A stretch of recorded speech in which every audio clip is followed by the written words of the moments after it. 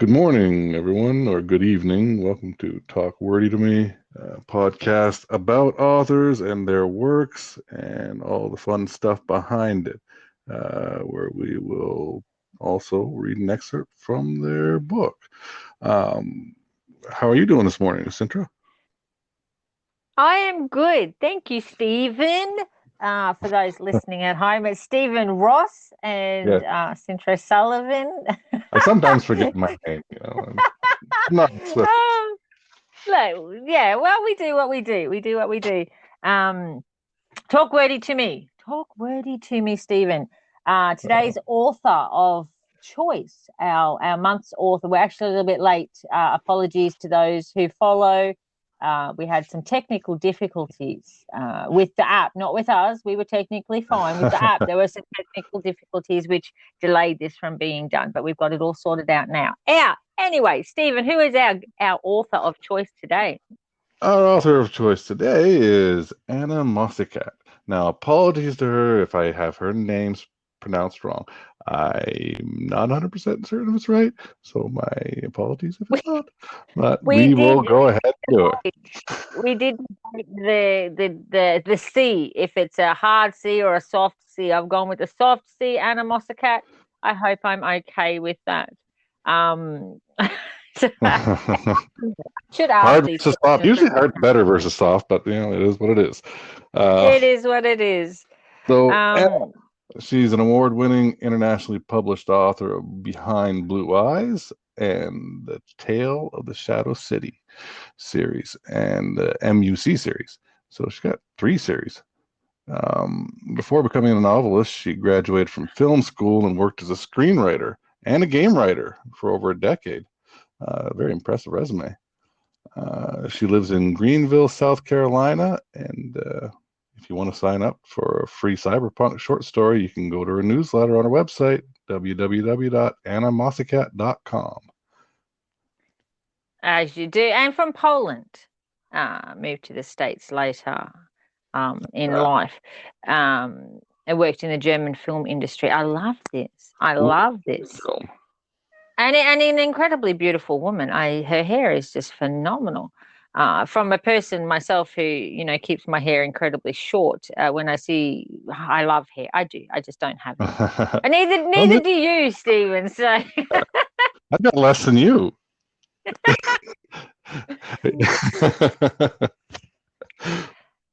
uh, now now Anna writes predominantly. She writes sci-fi, cyberpunk, gothic, these kind of stories. So think out of this world, think alternative characters, engaging stories, um, characters that you are intrigued by and want to get to know more of. I think if you're a big sci-fi fan or into cyberpunk, this is definitely the author that you need to get hold of her books.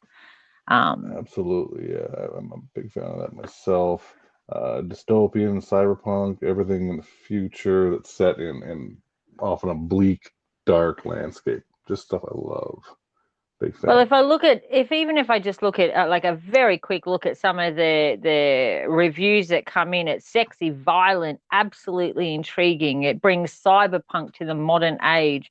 Anna Mocikat is the queen of cyberpunk, a history of tomorrow. These are amazing things that are being said about her writing. It says here, Blade Runner meets John Wick with a badass female lead. No, seriously, who would Man, not want to read that? absolutely. So, that in itself will sort of this is of course I'm talking about Behind Blue Eyes, which is an epic sci-fi adventure, action adventure. It's number one in the series, Behind Blue Eyes. And if it's if you think about Blade Runner meets John Wick, but make it with a badass female lead, if that tickles your authory or tickles your reader bone, then this is definitely an author that you need to go hunt down. Yeah, Not that you need to hunt too far, because we're delivering her to you right now, right now. Yeah, you absolutely had me at Blade Runner. That style of film, that style of book, that's my thing. Big fan. Well, if I Do can read, if I can read the blurb, can I read the blurb, yeah, Stephen? Or do you want, absolutely. let me read the blurb. It says, in a future world ruled by warring mega corporations, Cyborg and Nephilim believed that she was fighting a righteous cause. As a powerful, cybernetically enhanced elite soldier, her job is to do the dirty work for the mega corporation that she belongs to.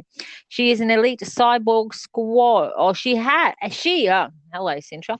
She and elite. I don't even know why I read anything. She and her elite cyborg squad are deployed on the most dangerous missions to protect Olympus from the threats outside and inside at any cost. One day, a malfunction in her implant separates her from an all controlling grid, and for the first time in her life, Nephilim is free.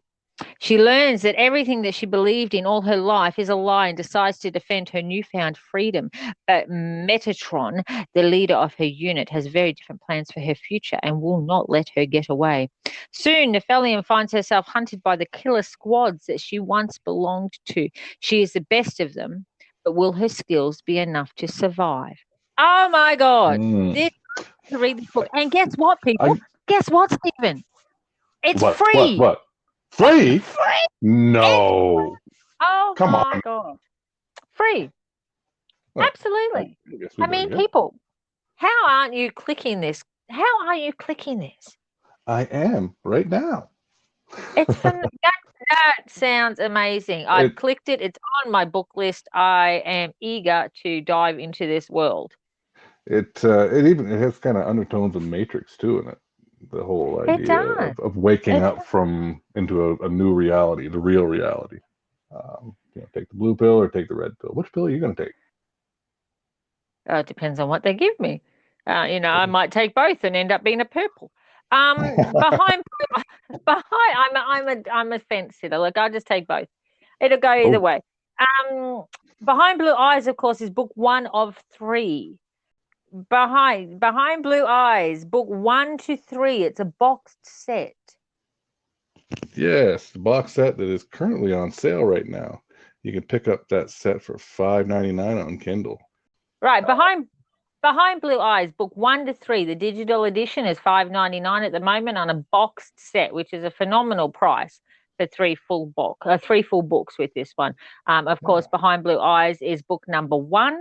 Then there's As I scroll down, there Fallen is what? Angels, Sorry. book two. Fallen Angels is book 2, and War Games is book number 3.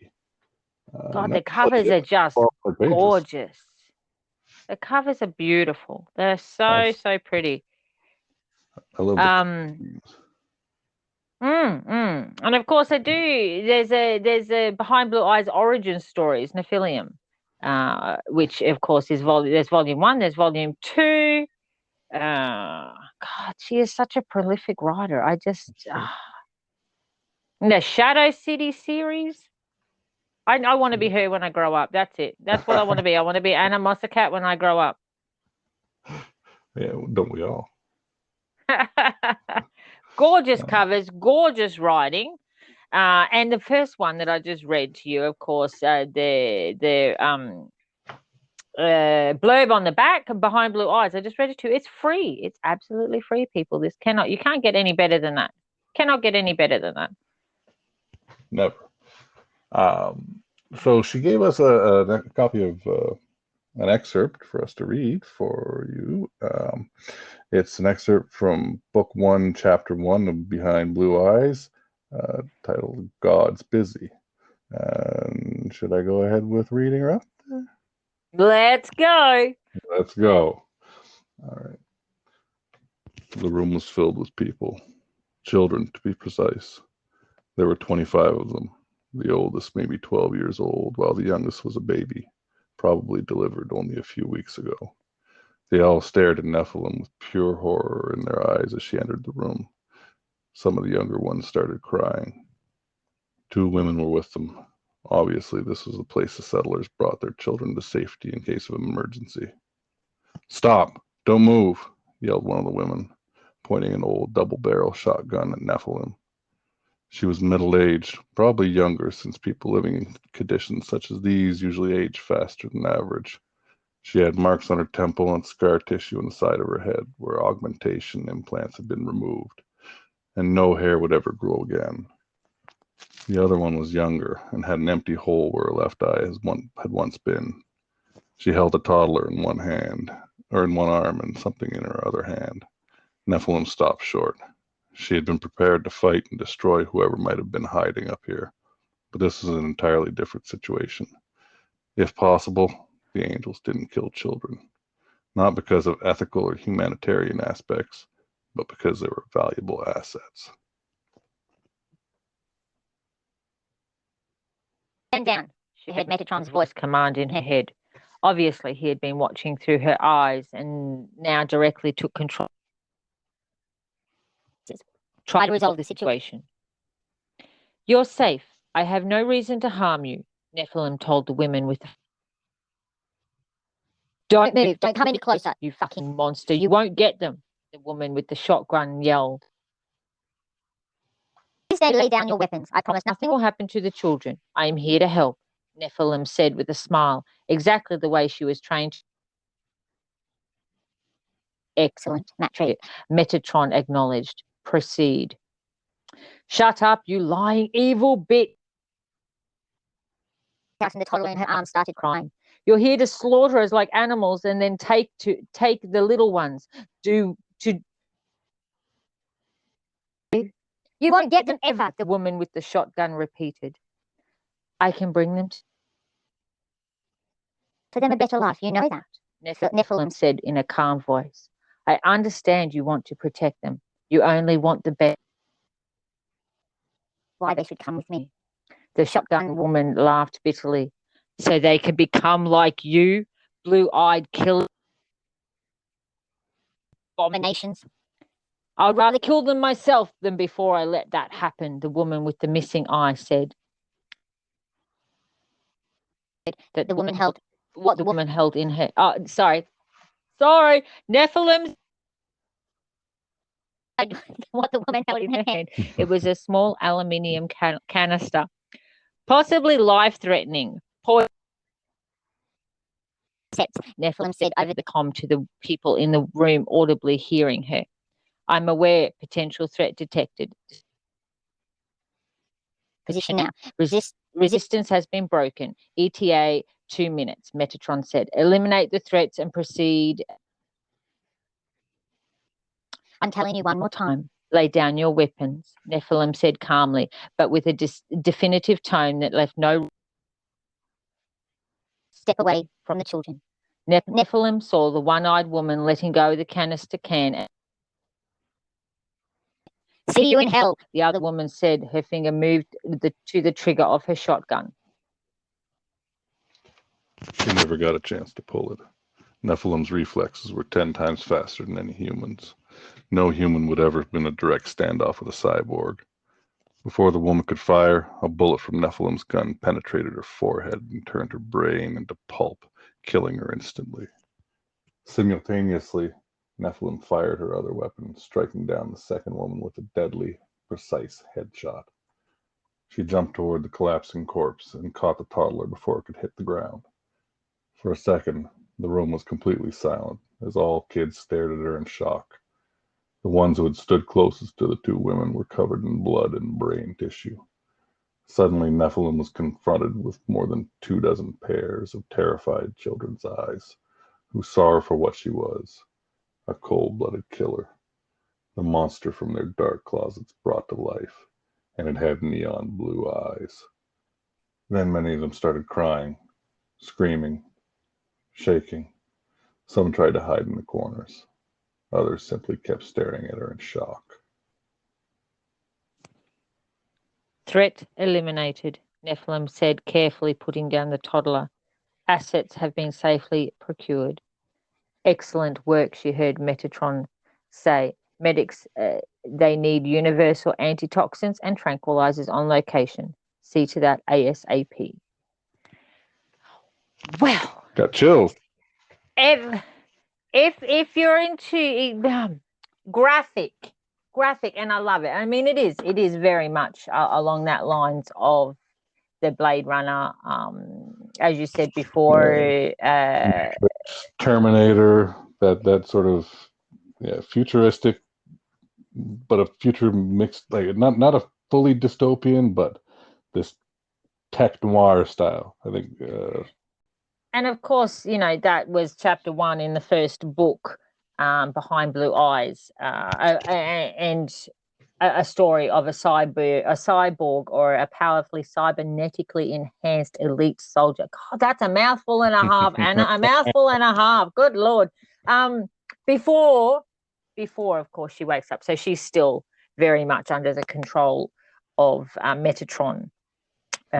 With that, and when she wakes up for the first time, and there's some malfunction in her implants that allow her to see the world for what it is, and that she's free. That's got to be a story I need to read. This is a story I need to read. Got to put this on the TBR list. Absolutely, it ticks all the boxes, and it's very well written. This is really amazingly written. I love this, that Anna Mocikat may or may not be a cyborg herself. Are you a cyborg, Anna? Tell me. She is one of the leading female cyberpunk authors. I love it when women take over. No, not probably the word take over, because we don't necessarily want to take over, but we certainly want to be equally compared to in genres that are predominantly written by men. And you see a woman stand up and go, well, that's great. I'm really proud of the way you write, men, but I can do it too. And I love that. I feel the same when a man writes a romance well. You get genres that are predominantly done by certain genders, but in the world that we live in of today, it shouldn't be that way. It shouldn't, it should be anybody can write anything that you want. Absolutely. And I think, it also gives a fresh take on it, because it was a male dominated genre for so long that it gets stale. You don't get a different perspective. It's just the same story over and over again. So I think when we're able to cross over and so that everybody is writing everything, the possibilities are endless. And I'm a big promoter. I mean, okay, for those who want to send me hate mail, it's all good. But I'm a big promoter and lover of female leads. I love a female lead. I love seeing women being put in positions of dominance and leadership, and not being there because they're a token leader. You know what I mean? Being there because they deserve to be there, and they're warranted to be there. I'm a big promoter on that. I just love that. Yeah, like Sarah Connor in the second Terminator movie, just there on merit and just being a complete and utter badass. Well, I think she was a better. I think she took the lead in the second one as a main player in the story, as opposed to Mr. Schwarzenegger. But then that's just me. I like the girls. Who take control. I do. And writing stories where women take control of their lives and are in control of other people. I just love that. I just think it's really, really cool. Well done, Anna. Well done. Absolutely. And all of her books seem to have the same thing, the same theme with the badass. I'm getting the American Australian ass or ass, either way. Female leads. The Nephilim Behind Blue Eyes origin stories, of course. So you can find out how she was there, how she became part of what she is, and there's a number of volumes in that one, 2 and 3.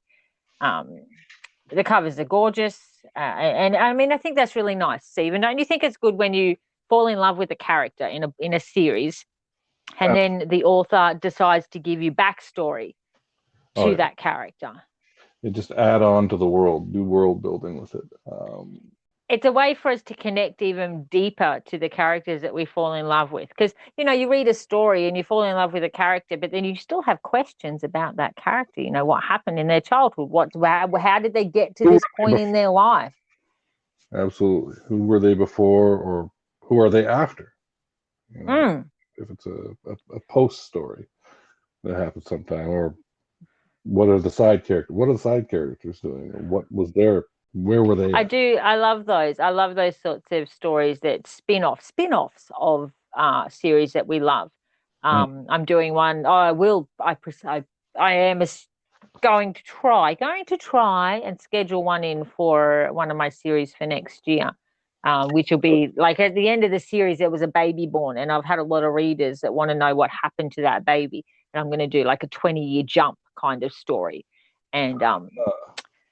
and see where that child is now, kind of thing. Give them an update on everybody and where that child is. So I think those sorts of spin-offs are a great way of creating a world, a deeper world, especially if you're dealing with sci-fi, fantasy, where you're world building. If you can do spin-offs of it, it gives you a far clearer connection to the reader on your world. Yeah, it builds the tapestry of the land. It adds to it to the point where it becomes something real in your mind when you read it, as opposed Absolutely. to yeah. But see, I don't do world building. I'm in awe of people who can do it. This is why I do paranormal fantasy, where I'm sort of more based on this planet. But people who can write off planet and off world, it's a phenomenal challenge to do that. Absolutely. I haven't done that myself. I find it's an ominous task just to start something completely fresh and completely separate from the world we live in. I mean, your books and my books, they don't necessarily they take place in this world at this time. They might be fantastical, but we can use this world. We don't have to build a world from the ground up, which is Well, very see, if I difficult. say to you, oh, my character's gone to have a cup of coffee, you know what they're going to do because they live in this world. But if you've created a whole different world, how do they have their coffee? Do they still have it in a cup? Do they hook it up to a machine? Do they press a button in the wall and they just magically infuse a ton of caffeine? The Just hook it to my possibilities. I wouldn't mind one of those things in the morning where I could just push a button in the wall and the caffeine's just infused into my blood system. It'd be great. But this is the beauty and the freedom that I think fantasy sci-fi readers or writers have. Is that the limit? There is no limit. There's no limit to what you can do and what you can create. No limit whatsoever. You can build your world how you want it, where you want it, when you want it, with whatever characters you wish to populate it with, which is it also it gives you a freedom that the reader isn't going to read it and go, that can't happen. That's not possible. Yeah. You know what I mean? Like Yeah. when we're watching movies and you have the one person that goes, ah, that gun couldn't do that. And they just ruin the movie for you. There you go. Yes. That I'm that person. I'm that person. But yeah, with a complete fantasy, you can do whatever you want. There are no rules. Yeah. Yeah. And Anna Mocikat does it with absolute perfection. She's an award-winning author of Behind Blue Eyes, the series 1 to 3. Of course, there's a box set available on Amazon at the moment. Go grab it, people. Book 1 is free if you want to test it before you buy the rest. Absolutely. You'll love it. Yeah. You'll love it. The cat is writing the Cyber Squad series 1 to 3. Nephilim and behind prolific writers are hard to find. There's also the Dark City and the Shadow City. I want the trench coat the woman on the cover is wearing. I'm just going to say that right out now.